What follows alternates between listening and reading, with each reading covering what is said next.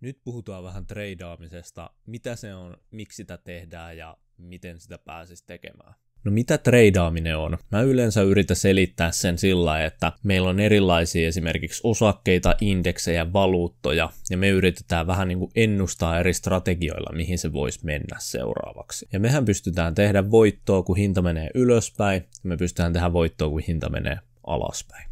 Eli tosi simppeli. Miten me sitten oikein niin kuin ollaan voitollisia, miten me sitten oikein niin kuin tiedetään, mihin se voisi mennä? No meillä on prosentuaalinen etu markkinoista. No mä ajattelen vähän sitä niin kuin pitkävetona. Eli meillä on esimerkiksi 2 joukkuetta, 2 tasaväkistä jalkapallon joukkuetta, mutta yhtäkkiä toisen joukkueen 4 parasta pelaajaa loukkaantuu. Mitä se tarkoittaa? Niin se tarkoittaa sitä, että toisella joukkueella on prosentuaalisesti huomattavasti isompi chanssi voittaa. Ja silloin, kun me löydetään tämmöinen etu markkinoilla, että hei, tuolla on 4 pelaajaa, mitkä ei pysty pelaamaan ja ne kantaa joukkueet, niin eiköhän lähdetä veikkaamaan toista joukkueet. Treidaamisessa on sama juttu. Meillä on joku tietty strategia, mitä me tehdään, ja me huomataan, että hei, nyt meillä on 70% mahdollisuus, että tämä setuppi onnistuu, tämä toimeksianto onnistuu, tämä osto tai myynti onnistuu. No minkä takia me halutaan sitten treidata? Jokainen pystyy puhumaan henkilökohtaisesta asemastaan, mutta mulle treidaaminen on ammatti, missä mä en joudu vaihtaa mun aikaa rahaksi, vaan mä opettelen todella vaativan taidon ja pystyn tekemään rahaa markkinoilla melkein mistä tahansa, missä mulla on vaan tietokone ja puhelin ja nettiyhteys. Treidaamisella yleensä havitellaan semmoista niin sanottua vapautta. Ei saa kuitenkaan ymmärtää väärin, mutta treidaaminen on yksi maailman vaikeimpia taitoja opetella. Ja jos oot joskus kuullut, että 99% treidaajista epäonnistuu, niin se johtuu melkein ainoastaan siitä, että 99% ihmisistä luovuttaa ennen kuin ne saa minkäännäköisiä tuloksia. No lähdetään katsoa vähän sitten, että miten me sitten oikein treidataan, mitä me tarvitaan siihen. Tästä näette mun näytöllä tämmöisen kuin TradingView. Ja TradingView on semmoinen paikka, missä sä pystyt analysoida melkein mitä tahansa osakkeita, indeksejä, valuuttoja. Mitään suomalaisia täältä ei kauheasti löydy, että siihen esimerkiksi Nordnet on hyvä paikka. Mutta täällä pystyy esimerkiksi kaikkia jenkki-indeksejä, esimerkiksi US 30 analysoimaan, merkata tänne kaiken näköisiä omia kähvyröjä, kaiken näköisiä linjoja ja muita, mitä kokee sitten tarvitsevansa siinä omassa strategiassaan. Mutta niin kuin mä sanoin, niin mehän pystytään tehdä voittoa, kun mennään ylöspäin, ja me pystytään tehdä voittoa, kun mennään alaspäin. Ja nämä palkit, mitä täältä löytyy, niin kuvastaa sitä hinnan liikettä. Tämä työkalu on hyvä siihen, että sä pääset alkuun treidaamisessa ja pystyt lähteä vähän analysoimaan, että miten tämä markkina sitten täällä liikkuu. Toinen, mitä sä tarvit, on totta kai joku välittäjä tai pörssi, mihin sä sit laitat rahaa ja mikä on sit yhdistettynä johonkin työkaluun, millä sä sit otat ne toimeksiannot.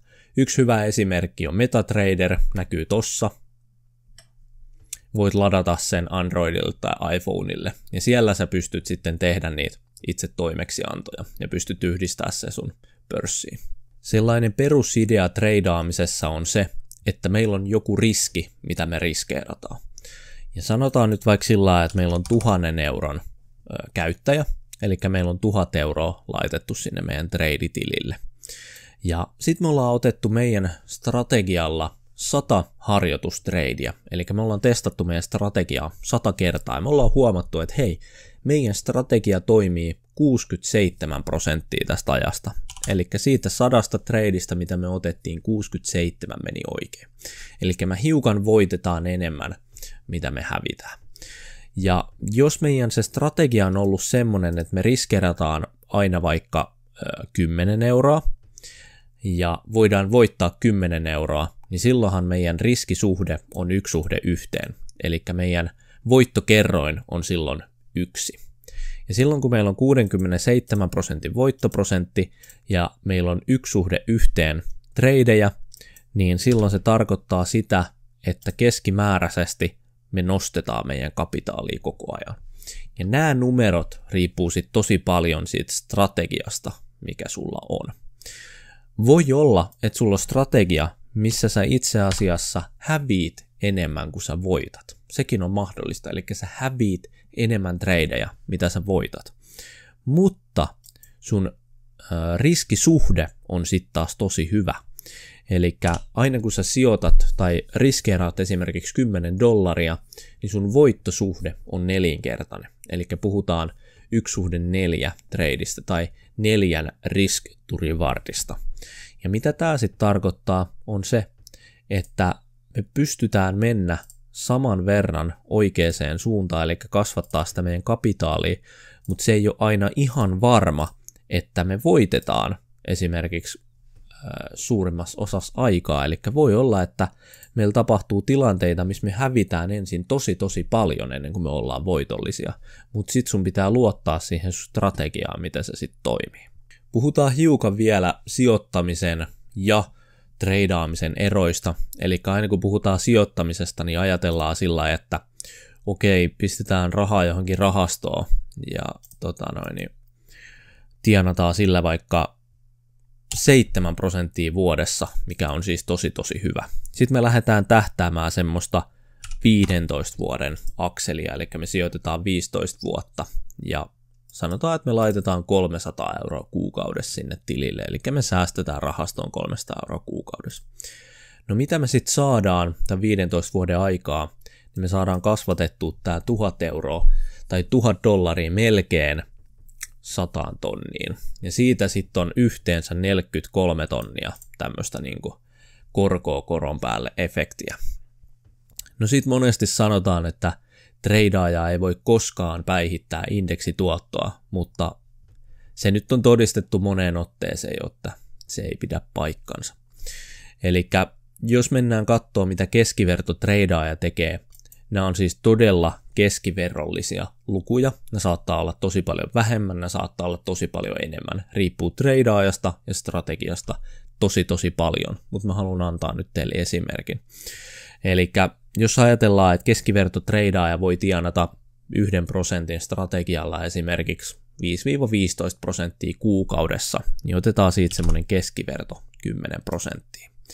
Vaihdetaan toi kuukaudeksi ja mennään 3 vuotta eteenpäin. Jätetään toi tuohon 300 € kuukaudessa. Me saadaan täältä tämmöinen luku kuin 120 tonnia 3 vuodessa.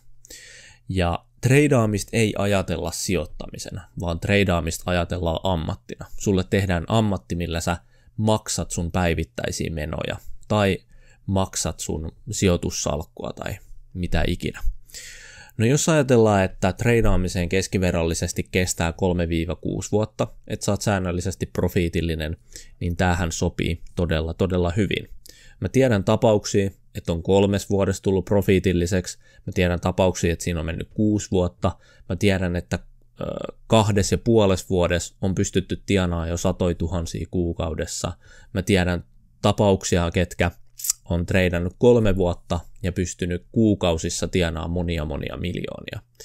Tämä on niin yksilökohtaista, että kukaan ei voi antaa tarkkoja lukuja, vaan se riippuu oikeastaan siitä treidaajasta itsestään, että miten hän suoriutuu siellä markkinoilla. Mutta keskiverrallisesti ajatellaan, että meillä olisi nyt 3 vuoden jälkeen 120 000 € sijoitussalkku tai treidaussalkku ja laitetaan ne tähän näin. Ja tämä on se tapa, millä treidaajasta voi tulla sit voitollinen tai pystyy mahdollistamaan sen ammattina. Eli jos mennään samoilla parametreilla ja mennään tästä 3 vuotta eteenpäin, ajatellaankin sillä, että me otetaan 5 000 € kuukaudessa ulos sieltä. Eli 5 000 € me maksetaan niillä meidän eläminen ja mennään taas 3 vuotta, mennään itse asiassa 2 vuotta eteenpäin vaan. Niin 2 vuoden aikana me ollaan saatu tämä summa korotettua 740 tonniin. Ja tästä summasta 10%, niin se alkaa jo tuottaa ihan sopivaa kuukausipalkkaa. Tämän asian kanssa ei kannata hätyillä, jokaisella menee tähän eri aikaa, mutta toivottavasti tämä auttoi sua ymmärtämään, että mistä treidaamisesta on kyse.